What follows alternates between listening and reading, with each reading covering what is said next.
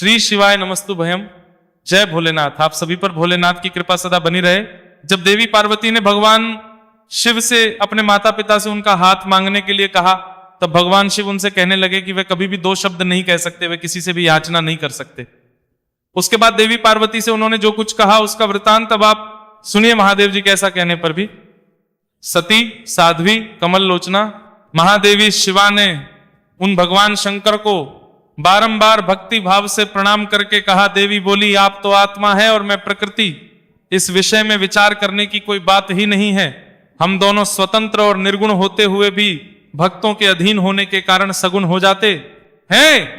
हे शंभु, हे प्रभु, आपको प्रयत्न पूर्वक मेरी प्रार्थना के अनुसार ही कार्य करना चाहिए। हे शंकर, आप मेरे लिए याचना करें और हिमवान को दाता बनने का सौभाग्य भी प्रदान करें। हे महेश्वर, मैं सदा आपकी भक्ता हूं, अतः मुझ पर कीजिए नाथ सदा जन्म जन्म। मैं ही आपकी पत्नी होती रही हूं। आप पर ब्रह्म परमात्मा है, निर्गुण है, प्रकृति से परे है, निर्विकार और स्वतंत्र परमेश्वर है। तथा भी भक्तों के उद्धार में संलग्न होकर यहाँ सगुण भी हो जाते हैं, स्वात्मा राम होकर भी लीला बिहारी बन जाते हैं, क्योंकि आप नाना प्रकार की लीलाएं करने में कुशल है। हे महादेव, हे महेश्वर, मैं से आपको जानती हूं। हे सर्वज्ञ, अब बहुत कुछ कहने से क्या लाभ, आप मुझ पर दया कीजिए प्रभु। हे नाथ, हे महान प्रभु, आप अद्भुत लीला करके लोक में अपने श्रेष्ठ का विस्तार कीजिए, जिसे गा गाकर लोग सागर से पार हो जाए। श्री ब्रह्मा जी कहते हैं, नारद ऐसा कहकर गिरिजा ने महेश्वर को प्रणाम किया और मस्तक झुकाकर हाथ जोड़कर मौन हो गई। उनके ऐसा महात्मा महेश्वर ने लोक लीला का अनुसरण करने के लिए वैसा करना स्वीकार कर लिया। देवी पार्वती ने जो कुछ कहा था उसी को प्रसन्नता पूर्वक करने के लिए तत्पर होकर वे हंसने लगे। हर्ष से भरे हुए शंभु ध्यान हो कैलाश को चले गए। उस समय काली के विरह से उनका चित्त उन्हीं की ओर खींच गया था। कैलाश पर जाकर परमानंद में निमग्न हुए महेश्वर ने अपने नंदी आदि गणों से वे सारा वृतांत के सभी गण भी वे सब समाचार सुनकर अत्यंत सुखी हो गए और महान उत्सव करने लगे। नारद, उस समय वहां महान मंगल होने लगा, सबके दुख नष्ट हो गए और रुद्रदेव को भी पूर्ण आनंद प्राप्त हुआ। श्री ब्रह्मा जी कहते हैं, नारद भगवान शंकर के अपने स्थान को चले जाने पर सखियों सहित देवी पार्वती भी अपने रूप को सफल करके महादेव जी का नाम लेते हुए अपने पिता के घर चली गई। पार्वती का आगमन सुनकर मैना और हिमाचल दिव्य रथ पर आरूढ़ होकर हर्ष से विफल होकर उनकी अगवानी के लिए अर्थात उनके सम्मान के लिए, उनके स्वागत के लिए चले। पुरोहित, पूर्ववासी, अनेकानेक सखियां और अन्य सभी संबंधी भी वहां आ पहुंचे। पार्वती जी के सारे भाई आदि बड़े हर्ष के साथ जय जयकार करते हुए उन्हें घर ले जाने के लिए आ गए। इसी बीच में पार्वती अपने नगर के निकट आ गई। नगर प्रवेश करते समय शिवा देवी ने अपने माता पिता को देखा, जो कि अत्यंत प्रसन्न और हर्ष से विवलचित होकर दौड़े चले आ रहे थे। उन्हें देखकर हर्ष से भरी हुई काली ने सखियों सहित प्रणाम किया। माता पिता ने पूर्ण रूप से आशीर्वाद देकर पुत्री को अपने सीने से लगा लिया और मेरी बच्ची ऐसा कहकर प्रेम से विवल होकर रोने लगे। फिर अपने घर की दूसरी स्त्रियों और भाभियों ने भी बड़ी प्रसन्नता के साथ प्रेम पूर्वक उन्हें अपनी भुजाओं में भरकर भेंट लिया। देवी, अपने कुल का उद्धार करने वाले उत्तम कार्य को अच्छी प्रकार सिद्ध किया है। तुम्हारे सदाचरण से तो हम सब लोग भी पवित्र हो गए। ऐसा कहकर सभी लोग हर्ष के साथ पार्वती जी की भूरी भूरी प्रशंसा करते हुए उन्हें प्रणाम करने लगे। लोगों ने चंदन और सुंदर फूलों से शिवा देवी को पूजित किया और फिर उस अवसर पर विमान पर बैठे हुए देवताओं ने भी पार्वती जी को नमस्कार करके उन पर आसमान से ही की वर्षा करते हुए स्तुति की। हे नारद, उस समय तुम्हें भी एक सुंदर रथ पर बिठाकर ब्राह्मण आदि सभी लोग नगर में ले गए।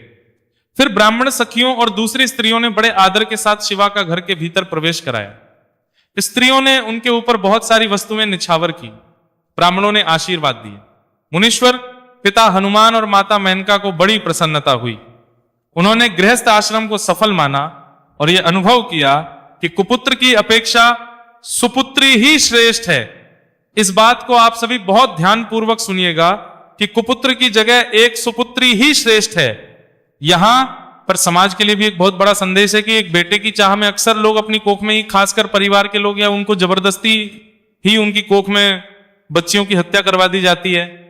तो इसीलिए कहा जाता है कि अगर आप की चाहत रखते हैं और पुत्र ने आपकी देखभाल नहीं की, जिसके कारण बहुत सारे लोगों को, बहुत सारे बुजुर्गों को इस दयनीय अवस्था में जब उन्हें अपने परिवार के सहारे की सबसे ज्यादा जरूरत होती है, उस समय उन्हें या तो सड़कों पर भटकने के लिए छोड़ दिया जाता है या फिर वृद्धाश्रम में भेज दिया जाता है। हालांकि सारे बेटे ऐसे नहीं होते, लेकिन फिर भी आजकल आप देखेंगे कि आपके आसपास आपको कुछ ना कुछ लोग ऐसे जरूर मिल जाएंगे जिनकी हालत देखकर आपको खुद भी उन पर दया आएगी। तो सबसे पहले है कि अपने घर में अपने बच्चों को सही शिक्षा देना, चाहे वो बेटा हो या बेटी हो। कई बार गलतियां बेटियों की भी हो जाती है। पता नहीं यहां पर यह बात आपको मेरी पसंद आएगी कि नहीं आएगी, लेकिन ताली कभी एक हाथ से नहीं बजती है। अगर हम बेटों को और बेटियों को भी अच्छी शिक्षा देंगे तो बेटी जिस घर में जाती है उस घर में कभी बर्बादी नहीं हो सकती, उस घर में बुजुर्गों का कभी अपमान नहीं हो सकता। ठीक वैसे ही अगर बेटों को अच्छी शिक्षा दी जाए, अच्छे संस्कार दिए जाए, तो बेटे भी कभी अपने मां बाप को बुजुर्ग अवस्था में कभी भी वृद्धाश्रम नहीं भेजेंगे। देवी पार्वती की गई तपस्या की सफलता सुनकर उनके माता पिता कितने प्रसन्न हुए, इस बात का वर्णन तो आप इस अध्याय में सुन ही रहे हैं। जब उनकी जो आसपास की स्त्रियां थीं, सबने अपनी अपनी प्रिय वस्तुएं देवी पर निछावर की, तो ब्राह्मणों ने भी उन्हें आशीर्वाद दी। पिता हेमवार और माता मेनका को तो बहुत ही प्रसन्नता हुई। जाहिर सी बात है, जिनकी पुत्री ने साक्षात भगवान महादेव का वर्णन कर लिया हो, उन्हें प्रसन्नता क्यों नहीं होगी। उन्होंने अपने गृहस्थ आश्रम को सफल मानकर यह अनुभव किया कि कुपुत्र की अपेक्षा सुपुत्री ही श्रेष्ठ है। गिरिराज ने ब्राह्मणों और बंदी जनों को ढेर सारा धन दिया और ब्राह्मणों से अपने घर पर मंगल पाठ करवाया। हे मुनि, इस प्रकार पार्वती जी के साथ हर्ष भरे माता पिता, भाई तथा भाभियां भी घर के आंगन में प्रसन्नता पूर्वक बैठी। फिर हिमवान प्रसन्न चित्त से सभी का आदर सत्कार करके गंगा स्नान के। अब यहां पर भी शंभू ने जो लीला रचाई उसका वर्णन भी सुनिए। जब बीच में ही सुंदर लीला करने वाले भक्त वत्सल भगवान शंभू एक अच्छा नाचने वाला नट बनकर मेनका के पास आ गए। उन्होंने बाएं हाथ में सींग और दाहिने हाथ में डमरू ले रखा था। पीठ पर उन्होंने कथरी रख छोड़ी और लाल वस्त्र पहने हुए भगवान रुद्र नाच और गान में अपनी निपुणता का परिचय दे रहे थे।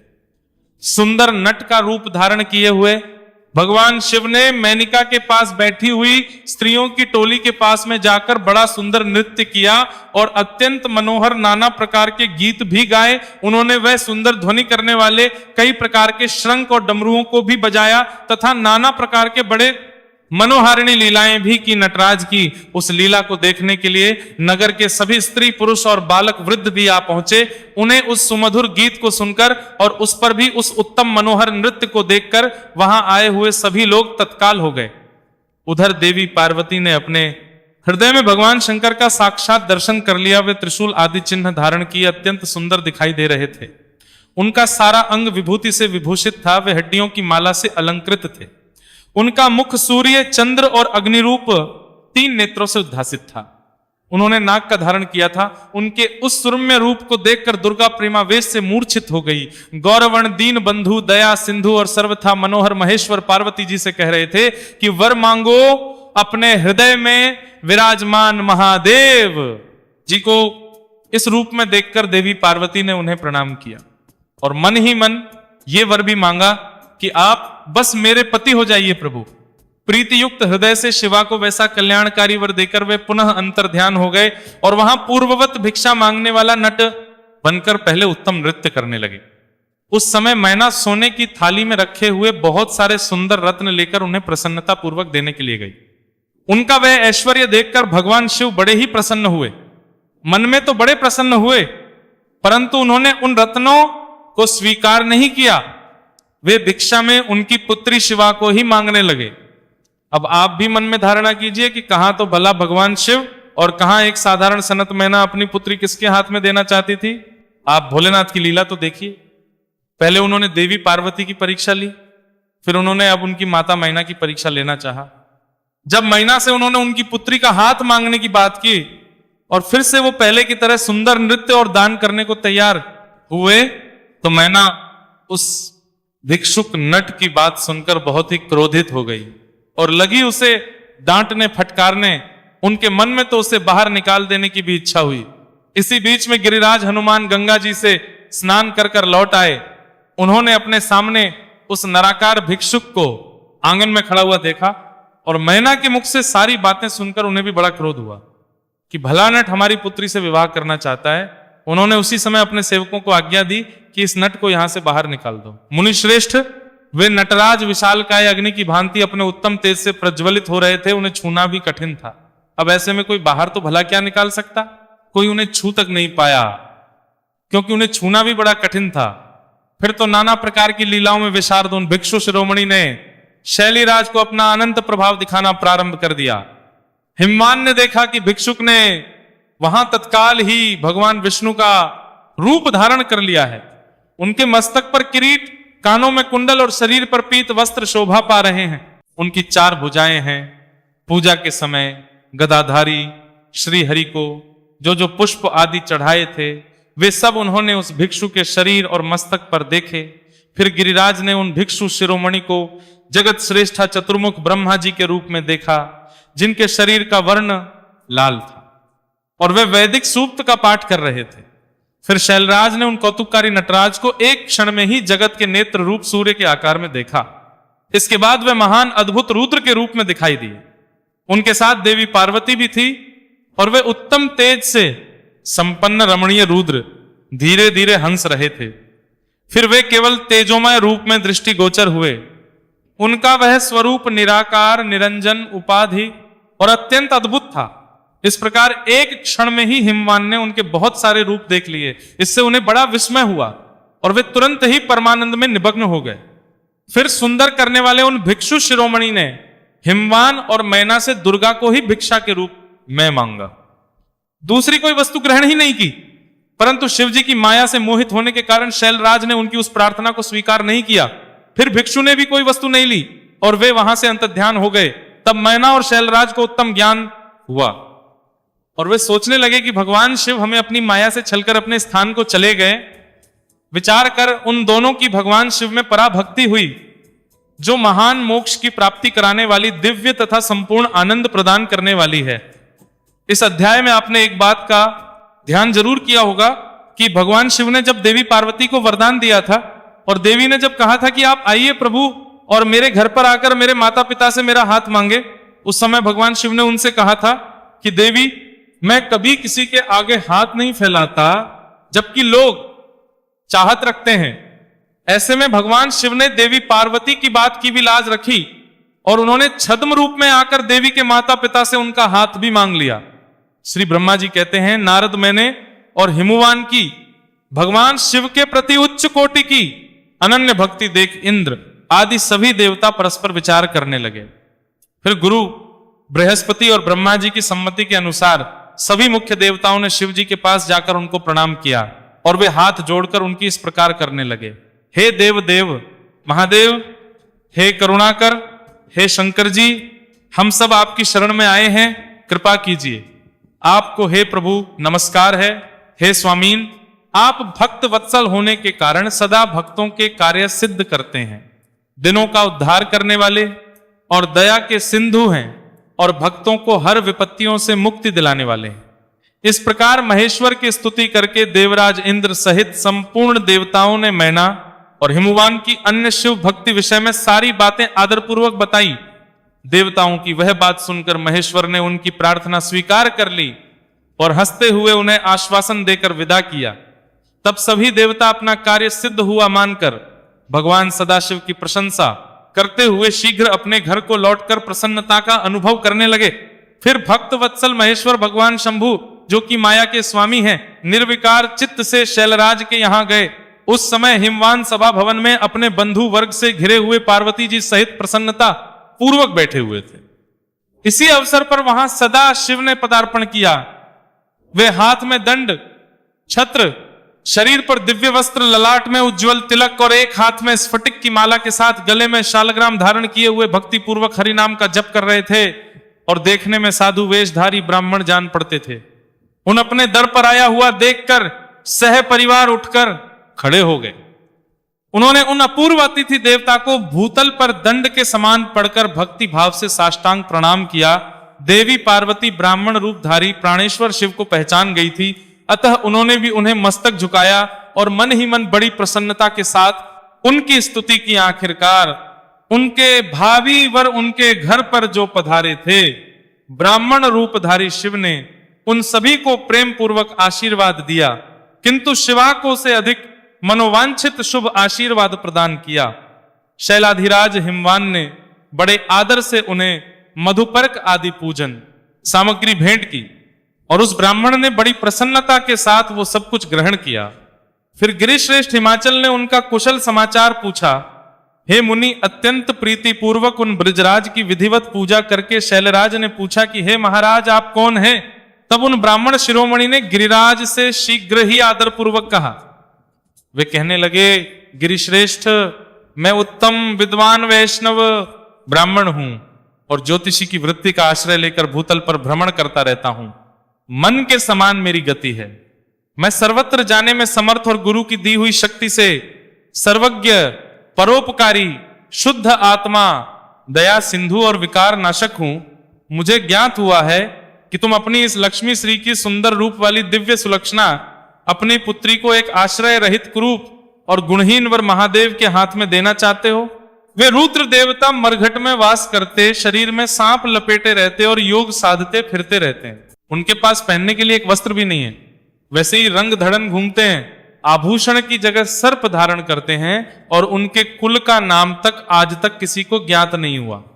वे कुपात और कुशील हैं, स्वभावता विहार से दूर रहते हैं, सारे शरीर भस्म रम आते हैं, क्रोधी और अविवेकी, और उनकी अवस्था कितनी है ये तक किसी को ज्ञात नहीं। वे अत्यंत गुच्छित, जटा का बोझ सदा सिर पर धारण किए रहते हैं। वे भले बुरे सभी को आश्रय देने वाले, भ्रमणशील, नाग हारधारी, भेक्षुक, कुमार्ग परायण और हठ पूर्वक वैदिक मार्ग का त्याग करने वाले हैं। ऐसे अयोग्य वर्ग को आप अपनी इतनी सुलक्षणा बेटी ब्याहना चाहते हैं? अचल राज, अवश्य ही आपका ये विचार मंगलदायक नहीं है। नारायण कुल में उत्पन्न ज्ञानियों में श्रेष्ठ है गिरिराज।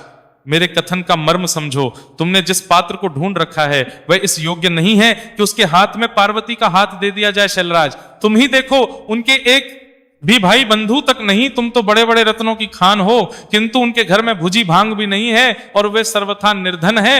गिरिराज, तुम शीघ्र ही अपने भाई बंधुओं से, देवी से, सभी बेटों से और पंडितों से भी प्रयत्न पूर्वक पूछ लो, किंतु पार्वती से मत पूछना, उनसे कुछ मत पूछना, क्योंकि उन्हें तो शिव के गुरु दोष की परख ही नहीं है। श्री ब्रह्मा जी कहते हैं, हे नारद, ऐसा कहकर वे ब्राह्मण देवता जो नाना प्रकार की लीला करने वाले शांत स्वरूप शिव ही थे, शीघ्र खा पीकर आनंद पूर्वक वहां से अपने घर को चल दिए। उनका काम जो हो गया था। अब में प्रवेश भगवान शिव का हिमवान के पास सप्तर्षियों को भेजना तथा हिमवान द्वारा उनका सत्कार सप्तर्षियों तथा अरुंधति का और महर्षि वशिष्ठ का महीना और हिमवान को समझाकर पार्वती का विवाह भगवान शिव के साथ करने के लिए कहना, इसका वर्णन अब आप सुनिए। श्री ब्रह्मा जी कहते हैं, ब्राह्मण रूपधारी शिव जी के वचनों का मैना के ऊपर बड़ा प्रभाव पड़ा। वो उनकी बातों में आ गई और उन्होंने होकर अपने पति गिरिराज से कहा कि हे गिरिराज, इन वैष्णव ब्राह्मण ने शिव जी की जो निंदा की है उसे सुनकर मेरा मन उनकी ओर से बहुत और बहुत विरक्त हो गया है। शैलेश्वर रुद्र के रूपशील और नाम सभी, और मैं अब उन्हें अपनी सुलक्षणा पुत्री कदापि नहीं दूंगी। यदि आप मेरी बात नहीं मानोगे तो मैं निसंदेह मर जाऊंगी और अभी इस घर को छोड़ दूंगी, अथवा विष खा लूंगी, पार्वती के गले फांसी लगाकर गहन वन में चली जाऊंगी, या फिर मैं उसे महासागर में डुबो दूंगी, परंतु अपनी बेटी को रुद्र के गले नहीं मरूंगी। ऐसा कहकर नैना देवी तुरंत कोप भवन में चली गई और अपने हार को फेंककर रोती हुई धरती पर लौट गई। इधर भगवान शिव को इस बात का पता चल गया। तब उन्होंने अरुणाती सहित सप्तर्षियों को बुलाया और मैना के पास जाकर उन्हें समझाने की आज्ञा दी। शिव जी का प्राप्त कर भगवान शिव को नमस्कार कर वे दिव्य ऋष्य आकाश मार्ग से उस स्थान को चल दिए जहां हिमवान की नगरी थी। उस दिव्यपुरी को देखकर उन सप्तर्षियों को बड़ा विस्मय हुआ। वे हिमाचलपुरी की परस्पर प्रशंसा करते हुए सभी ऐश्वर्यों से भरे पूरे हिमवान के घर जा पहुंचे। उन सूर्य तुल्य तेजस्वी सातों ऋषियों को दूर से ही आकाश के रास्ते आते देख हिमवान को भी बड़ा विस्मय हुआ। वे बोले, ये 7 सूर्य तुल्य तेजस्वी मुनि मेरे पास आ रहे हैं। मुझे प्रयत्न पूर्वक इस समय की पूजा अवश्य करनी चाहिए। सबको सुख देने वाले हम गृहस्थ लोग धन्य हैं, जिनके घर पर ऐसे महात्मा पदार्पण किया करते हैं। श्री ब्रह्मा जी कहने लगे। इसी समय वे मुनि आकाश से उतरकर पृथ्वी पर आकर खड़े हो गए। उन्हें सामने देख हिमवान बड़े आदर के साथ आगे बढ़े और हाथ जोड़ मस्तक झुकाकर उन सप्तर्षियों को प्रणाम करने के बाद उन्होंने बड़े के साथ उन सबकी पूजा की और उन्हें आगे करके कहने लगे कि मेरा गृहस्नाम आज धन्य हो गया। ऐसा कहकर उन्हें बैठने के लिए भक्ति पूर्वक आसन लाकर दिया। जब वे सभी आसनों पर विराजमान हो गए तब उनकी आज्ञा लेकर भी बैठे और वहां उन ज्योतिर्मय महर्षियों से इस प्रकार कहने लगे, आज मैं धन्य हो गया हूं, कृतकृति हो गया हूं, मेरा जीवन सफल हो गया है। मैं लोक में बहुत से तीर्थों की भांति दर्शनी बन गया, क्योंकि आप जैसे विष्णु रूपी महात्मा यहां पधारे हैं। आप लोग काम है, हम तीनों के घरों में आपका भला क्या काम हो सकता है। फिर भी मुझ सेवक के योग्य यदि कोई भी कार्य है तो हे प्रभु, हे मुनिवरों, आप कृपा पूर्वक उसे अवश्य कहिए। उसे पूर्ण करने से तो मेरा जीवन सफल हो जाएगा। तब ऋषिगण कहने लगे, शैलराज, भगवान शिव को जगत का पिता कहा गया है और शिवा को जगत माता कहा गया है। अतः तुम्हें महात्मा शंकर को अपनी कन्या दे देनी चाहिए। हिमालय, ऐसा करके तुम्हारा जन्म सफल हो जाएगा और तुम जगत गुरु के भी गुरु हो जाओगे, इसमें कोई संशय नहीं। मुनीश्वर, सप्तर्षियों का यह वचन सुनकर हिमवान ने दोनों हाथ जोड़ उन्हें प्रणाम करके इस प्रकार कहा, महाभाग सप्तर्षियों, आप सभी ने जो बात कही है उसे शिव की इच्छा से तो मैंने पहले से ही मान रखा था, किंतु प्रभु इन दिनों एक वैष्णव धर्मी ब्राह्मण ने आकर भगवान शिव के प्रति प्रसन्नता पूर्वक बहुत सारी उल्टी बातें बताई हैं। तभी से शिवा की माता का ज्ञान भ्रष्ट हो गया है और वे अपनी बेटी का विवाह उस योगी रुद्र के साथ करना ही नहीं चाहती। हे ब्राह्मणों, वे बड़ा भारी हट करके मैले कपड़े पहन कोप भवन में चली गई है और समझाने पर भी समझ नहीं रही। मैं भी उस वैष्णव ब्राह्मण की बात सुनकर ज्ञान भ्रष्ट हो गया हूं। आपसे सच कहता हूं, भिक्षुक रूपधारी महेश्वर को बेटी देने की मेरी भी अब इच्छा नहीं रही। श्री ब्रह्मा जी कहते हैं, नारद मुनियों के बीच बैठे हुए शैलराज शिव की माया से मोहित होकर उपर्युक्त बात कहकर चुप हो गए। तब उन सभी सप्तर्षियों ने शिव की माया को समझ लिया और प्रशंसा करके मेनका के पास अरुंधति को भेजा। पति की आज्ञा पाकर ज्ञानदायिनी अरुंधति देवी तुरंत उस घर में गई, उस कोप भवन में गई जहां मैना और पार्वती थी। जाकर उन्होंने देखा कि मैना तो शोक से आकुल होकर पृथ्वी पर पड़ी है। तब उन साध्वी ने बड़ी सावधानी के साथ मधुर और हितकर बात कही। अरुंधति बोली, हे साध्वी रानी, मैंने कहा उठो, मैं अरुंधति तुम्हारे घर में आई हूं और दयालु सप्तचष्य भी पधारे हैं। अरुंधति का स्वर सुनकर मेनका शीघ्र धरती से उठ गई और लक्ष्मी जैसी तेजस्विनी उन पतिव्रता देवी के चरणों में मस्तक रखकर बोली, अहो हम पुण्य जन्मा जीवों को आज ही किस पुण्य का फल मिला है कि हमारे इस घर में जगत श्रेष्ठा ब्रह्मा जी की पुत्र वधू और महर्षि वशिष्ठ की पत्नी पधारी है। देवी, आप किस लिए आई है ये मुझे बताइए। मैं और मेरी पुत्री आपकी दासी के समान है, आप हम पर कृपा कीजिए। मेनका के ऐसा कहने पर साध्वी अरुंधति ने उनको बहुत अच्छी तरह समझाया बुझाया और उन्हें साथ ले वे प्रसन्नता पूर्वक उस स्थान पर आई जहां वे सप्तचष्य विद्यमान थे। सप्तचष्य बातचीत में उन सभी ने भगवान शिव के युगल चरणार्थ बिंदुओं का स्मरण करके शैलराज को समझाना आरंभ किया। श्रीगण इस प्रकार कहने लगे, शैलेंद्र, हमारा शुभ कारक वचन सुनो। तुम पार्वती का विवाह शिव के साथ कर दो और संहार करता रुद्र के ससुर हो जाओ। शंभु तो सर्वेश्वर है, वे किसी से याचना नहीं करते। स्वयं श्री ब्रह्मा जी ने भी तारकासुर के विनाश के लिए एक वीर पुत्र उत्पन्न करने के उद्देश्य को लेकर भगवान शिव से यह प्रार्थना की है कि वे विवाह कर लें। भगवान शंकर तो योगियों की शिरोमणि हैं, वे विवाह के लिए कतई उत्सुक नहीं है। केवल श्री ब्रह्मा जी की प्रार्थना से ही वे महादेव तुम्हारी कन्या का पानी ग्रहण करेंगे। तुम्हारी पुत्री ने जब तपस्या की थी उस समय उनके सामने उन्होंने इससे विवाह की प्रतिज्ञा कर ली थी और अब केवल उन्हीं दो कारणों से भगवान शिव विवाह करेंगे। नशियों की यह बात सुनकर हिमालय हंस पड़े और फिर कुछ भयभीत होकर विनय पूर्वक बोले।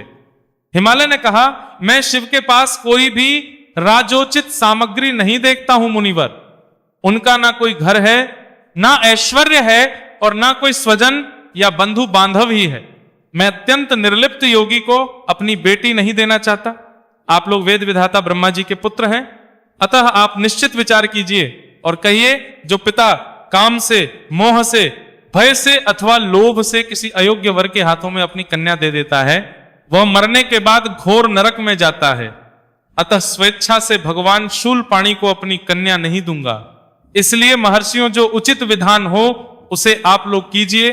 नारद हिमाचल के इस वचन को सुनकर बातचीत करने में निपुण महर्षि वशिष्ठ ने उनसे इस प्रकार कहा। वशिष्ठ कहने लगे, शैलेश्वर मेरी बात सुनो। यह सर्वथा तुम्हारे लिए हितकारक, धर्म के अनुकूल, सत्य तथा इस लोक और परलोक में सुखदायक है। शैलराज, लोक तथा वेद में 3 प्रकार के वचन उपलब्ध होते हैं। शास्त्र के पुरुष अपनी निर्मल ज्ञान दृष्टि से उन सब प्रकार वचनों को जानता है। एक तो वह वचन है जो तत्काल सुनने में बड़ा प्रिय लगता है, बड़ा सुंदर लगता है, परंतु अपने पीछे वह बड़ा ही असत्य और अहितकारक सिद्ध होता है। बहुत सारी ध्यान देने वाली बातें इस अध्याय में हैं, आप सभी ध्यानपूर्वक सुनिएगा। ऐसा वचन बुद्धिमान शत्रु ही कहता है और उससे कभी किसी का हित नहीं होता। दूसरा वचन वो है जो आरंभ में तो अच्छा नहीं लगता, उसे सुनकर अप्रसन्नता होती है, नाराजगी हो सकती है, परंतु परिणाम में वह सुख देने वाला होता है, जिसे भी कहते हैं। और इस तरह का वचन कहकर दयालु धर्मशील बंधु बांधव ही कर्तव्य का बोध कराता है। तीसरी श्रेणी का वचन वो है जो सुनते ही अमृत के समान मीठा लगता है और सभी काल में सुख देने वाला होता है। सत्य ही उसका सार होता है, इसलिए वह हितकारक होता है। ऐसा वचन सबसे श्रेष्ठ और सभी के लिए अभीष्ट है। शैलराज, इस तरह नीति शास्त्र 3 प्रकार के वचन कहे गए हैं। इन तीनों में तुम्हें कौन सा वचन अभीष्ट है? बताओ, मैं तुम्हारे लिए वैसा ही वचन कहूंगा। भगवान शंकर संपूर्ण देवताओं के स्वामी हैं, उनके पास बाह्य संपत्ति नहीं है। इसका कारण यह है कि उनका चित्र एकमात्र ज्ञान के महासागर में मग्न रहता है। जो ज्ञान, आनंद स्वरूप और सभी के ईश्वर हैं, उन्हें लौकिक बाह्य वस्तुओं की क्या इच्छा होगी? गृहस्थ पुरुष राज और संपत्ति से सुशोभित होने वाले वर को अपनी पुत्री देता है, क्योंकि किसी दिन दुखी को कन्या देने से पिता कन्या घाती होता है, उसे कन्या के वध का पाप लगता है। कौन जानता है कि भगवान शंकर दुखी है?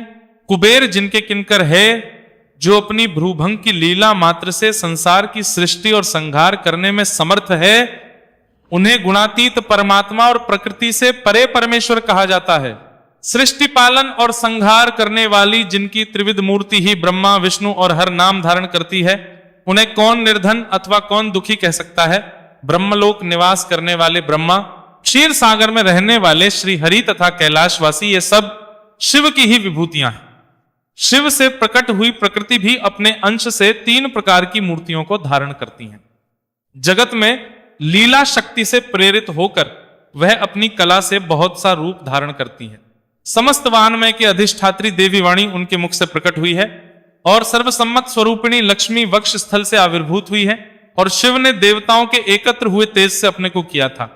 संपूर्ण दानवों का वध करके देवताओं को स्वर्ग की लक्ष्मी प्रदान की थी। देवी शिवा कल्पांतर में दक्ष की पत्नी के उदर से जन्म ले सती नाम से प्रसिद्ध हुई और हर को उन्होंने पति के रूप में प्राप्त किया। दक्ष ने स्वयं ही भगवान शिव को अपनी पुत्री दी थी। सती ने पति की निंदा सुनकर योग बल से अपने शरीर को त्याग दिया था। वे ही सती अब तुम्हारे घर में पैदा हुई है। शैलराज, वे शिवा जन्म जन्म में शिव पत्नी होती है। प्रत्येक कल्प में बुद्धि रूपा दुर्गा ज्ञानियों की श्रेष्ठ माता होती है। ये सदा सिद्ध सिद्ध दायनी और सिद्ध रूपिणी है। भगवान हरचिता भस्म के रूप में सती के अस्थि चूर्ण को ही स्वयं प्रेम पूर्वक अपने अंगों में धारण करते हैं। अतः हे गिरिराज, तुम स्वेच्छा से ही अपनी मंगलमयी कन्या को भगवान हर के हाथों में दे दो। यदि तुम नहीं दोगे तो वह स्वयं प्रियतम के स्थान में चली जाएंगी। देवेश्वर शिव तुम्हारी पुत्री का अनंत क्लेश देखकर ब्राह्मण के रूप में इसकी तपस्या के स्थान पर आए थे और इसके साथ विवाह की प्रतिज्ञा करके इसे आश्वासन और वर देकर अपने आवास स्थान को वापस लौट गए थे। हे गिरे, पार्वती की प्रार्थना से ही शंभु ने तुम्हारे पास आकर इसके लिए याचना की और तुम दोनों ने शिव भक्ति में मन लगाकर उनकी उस याचना को स्वीकार भी कर लिया था। गिरीश्वर, बताओ फिर किस कारण से तुम्हारी बुद्धि विपरीत हो गई? भगवान शिव ने की प्रार्थना से प्रभावित होकर हम सब दस्युओं को और अरुंधति देवी को भी तुम्हारे पास भेजा है। हम तुम्हें यही शिक्षा देते हैं कि पार्वती को रुद्र के हाथों में दे दो। हे गिरे, ऐसा करने पर तुम्हें महान आनंद प्राप्त होगा। शैलेंद्र, यदि तुम स्वेच्छा से अपनी बेटी शिवा को शिव के हाथ में नहीं दोगे तो भाभी के बल से इन दोनों का विवाह हो जाएगा। भगवान शंकर ने तपस्या में लगी हुई पार्वती को ऐसा भगवान की हुई प्रतिज्ञा कभी पलट नहीं सकती। गिरिराज, ईश्वर के वश में रहने वाले समस्त साधु पुरुषों की भी प्रतिज्ञा का संसार में किसी के द्वारा उल्लंघन होना कठिन है। फिर साक्षात ईश्वर की प्रतिज्ञा के लिए तो कहना ही क्या है। फिर भोलेनाथ ने देवी पार्वती के पिता हिमवान और मैना की अन्य जो भी परीक्षा ली, उनका वृतांत आप अगले अध्याय में सुनेंगे। उम्मीद है हर बार की तरह आज की ये कथा भी आपको पसंद आई होगी।